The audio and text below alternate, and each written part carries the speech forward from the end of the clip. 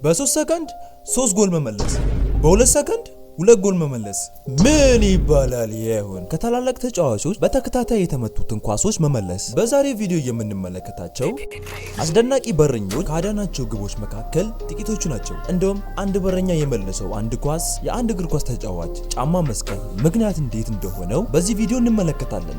ከናንተ የሚጠበቀው እስከ መጨረሻው መቆየትና ቻናላችንን ሰብስክራይብ እና ላይክ በማድረግ ቤተሰብ መሆን ብቻ ነው።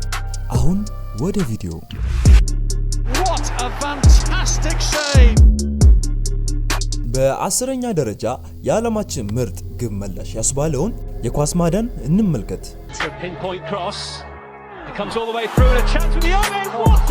ይህ የባይሲክል ምት ግብ ቢገባ ኖሮ ተቃራኒ ቡድኖች ጋር አቻ ያደርገው ነበረ። ግን በረኛው ሜንዲ ይህ እንዲሆን አልፈቀደም። ጨዋታው አበቃ። ነገሮች ከቁጥር ወደ ቁጥር ሲጨምሩ እየባሱ ይሄዳሉ። ስለዚህ ራሳችሁን አዘጋጁ። እስቲ የመሐመድ ሳላህን ታላቅ ጎል ያበላሸ በረኛ ለሆነ ተጫዋች እንመልከት።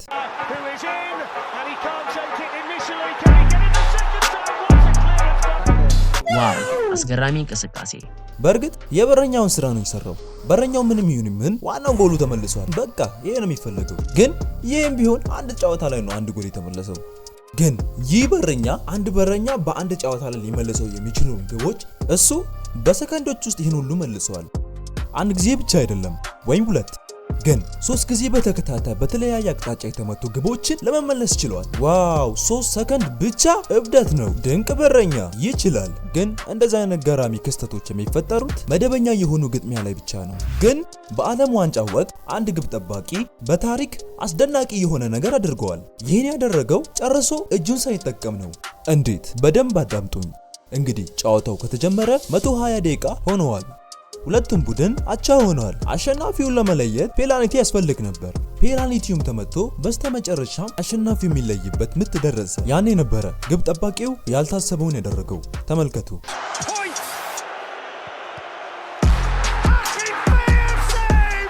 ይህ በረኛ እግረ መንገዱን በእግሩ በመጠቀም ነው መላ ሀገሩን ከተሸናፊነት ያዳነው። ግን ይህ ማዳን ቀጣይ ከምንመለከታቸው አንጻር ምንም ማለት ነው ማለት ይቻላል። አሁን የምንመለከተው በመላው ማህበራዊ ሚዲያ ላይ በተለይ ዩቲዩብ ላይ መነጋገሪያ የሆነውን የግብ ማዳን ነው። በባርሳና በሳፊያ በተደረገው ግጥሚያ ላይ ሜሲ ለቡድኑ 2 ጎሎችን በማስቆጠር እንዲመራ አድርጎ ነበር። ግን ይህም ቢሆን ከሜሲ ይልቅ በረኛቸው የዛን ዕለት ድንቅ ተጫዋች ሆኖ ነበር። እዛ ጋ ያያችሁት ያ ማዳን የብዙ ሰዎችን ስክሪን ያለፈ ፎቶ ነው። እንዲሁም ይህ ፎቶ የትኛውን በረኛ ካለው ፎቶ የበለጠ ታሪካዊ ፎቶ ነው። ቁም ነገሩ ኳሱን ለመመለስ 1.8 ሜትር መዝለሉ ብቻ አይደለም። ይህ ማዳን በዩቲዩብ ላይ ከ70 ሚሊዮን በላይ እይታ ማግኘቱ ነው። እንዲሁም ይህ እዛ ማታ ላይ ካዳናቸው ጥቂቶቹ ናቸው። እንደውም ተመልከቱትና ፍረዱ። ይህ በረኛ እስከዚህ ነጥብ ያዳናቸው ግቦች እመኑኝ ድንቅ ናቸው።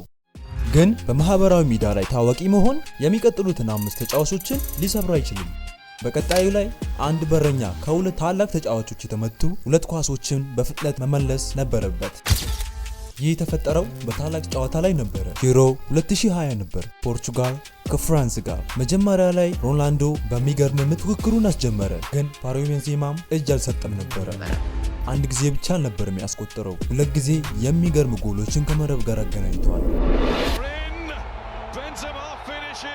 2-1 ሲሆን ክሪስቲያኖ ሮናልዶ የሀገሩን ሸክም መሸከሙን አልረሳም።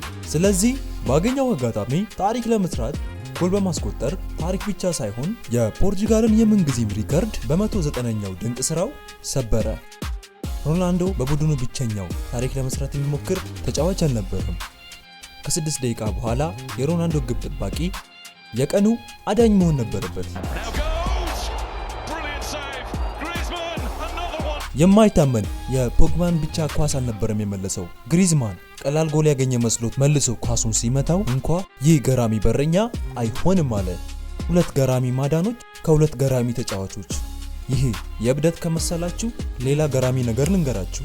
አንድ በረኛ ከገዛ ቡድኑ የተመታ ኳስን ማዳን ነበረበት። እስኪ ይህን ጎል ተመልከቱልኝ።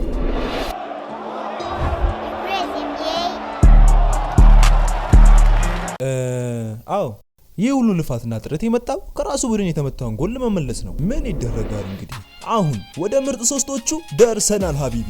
ግን ወደ እነሱ ከመሄዳችን በፊት አንዳንድ አድናቆት የሚገባቸው ብዙ አስደናቂ ግብ ጠባቂዎች አሉ። ለምሳሌ ይሄኛው በረኛ በ2 ሰከንዶች ውስጥ 2 ጎሎችን መመለስ ነበረበት። Makes a bounce off the post and then brilliant from Jordan. ያ ተጫዋች ሶስተኛውን ለመመለስ ቶሎ እርምጃ መውሰድ ነበረበት። ተጫዋቾች በረኞችን ሲያግዙ ይሄ የመጀመሪያው አይደለም። የቡድን አጋሮች በ3 ሰከንድ ውስጥ 3 ጎሎችን ሲያተርፉ የታዩበት ጊዜ ነበር።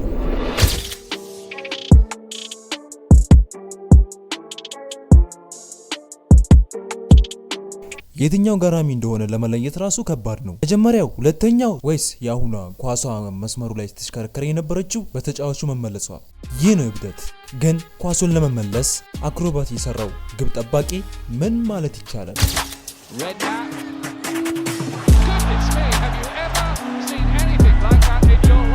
ቆይ ይህ ሁሉ ግን አስፈላጊ ነበረ? ኳሱ እኮ ወደሱ ነበር የሄደው። በህይወቱ የመጀመሪያው ቀላል ኳስ ስትመጣ አክሮባት ይስራ ያስብላል። ስለዚህ ከጨዋታው በኋላ ይህንን ለምን አደረገ ተብሎ ሲጠየቅ ምን ቢል ጥሩ ነው? ይህንን አንድ ሰው ብቻ ሊያደርገው የሚችለው ነገር ነው ብሎ መለሰ። ግን ያለው ገብታችኋል? ከዚህ በላይ ምን ያክል የእብደት ጎሎች ይኖራሉ ብላችሁ ልታስቡ ትችላላችሁ። ነገር ግን አንድ ጊዜ ላይ በረኛ ከ50 ሜትር ርቀት ላይ ሆኖ ኳስ የመለሰበት ጊዜ ነበረ። ብቻ እናንተ ይህን ሰው እዩት። يلعبها إلى روني عليه أن يسدد هو يسدد ሚገርም ነው። ኳሱን ሲመለከተው ይህ በረኛ ዩዜን ቦልት ሙድን አፕላይ ያደረገው የፈጠነ ያኔ ወደ 60 ሜትር የሚጠጋ በፍጥነት ሮጠዋል። ከዚህም ጋር የተያያዘ ብዙ ነገሮች ቢነሱም ግን ምንም ይሁን ምን ይህ በረኛ ኳሱን ማዳን ችሏል። ይህ ማዳን ቁጥር 2 እንደሆነ ወቁ። አሁን ሁላችሁም ስትጠብቁት የነበረው ደረጃ ላይ ደርሰናል። የምን ጊዜውም ገራሚ የኳስ ማዳን። ሁኔታው አስደናቂ ከመሆኑ የተነሳ አንድን ተጫዋች ጫማ እንዲሰቅል አድርጎታል። አመቱ 2006 ነው። የዓለም ዋንጫ ፍጻሜ ጊዜ ነበር። የማያልቅ የሚመስለው ጨዋታ 104ኛ ደቂቃ ላይ ደርሰዋል። አሸናፊነትና የዚዳን ጫማ መስቀል አንድ ጎል ብቻ ቀርቶታል። ዚዳን ለአንድና ለመጨረሻ ጊዜ ነገሮችን ለመፈጸም ወስኗል። ነገር ግን በዚህ በረኛ ነገሮች አበቁ። በዚህ ዚዳን ተበሻሽተው ነበረ። ባላ ላይ መጥፎ ነገር ሲናገሩት ንዴቱ ወደ ተግባር ነዳው። የተጫዋቹን ትንፋሽ አቋርጦት ነበረ። በዚህም እስከ መጨረሻው በቀይ ካርድ ወጣ። አዎ፣ በዛ ማዳን ምክንያት ዚዳን ጫማ ሰቅሏል። ለዛሬ ያዘጋጀንላችሁ ቪዲዮዎች እነዚህን ይመሳሰላሉ። ሰብስክራይብ እና ላይክ ሼር እንዳትረሱ። ሰላም ቆዩልኝ።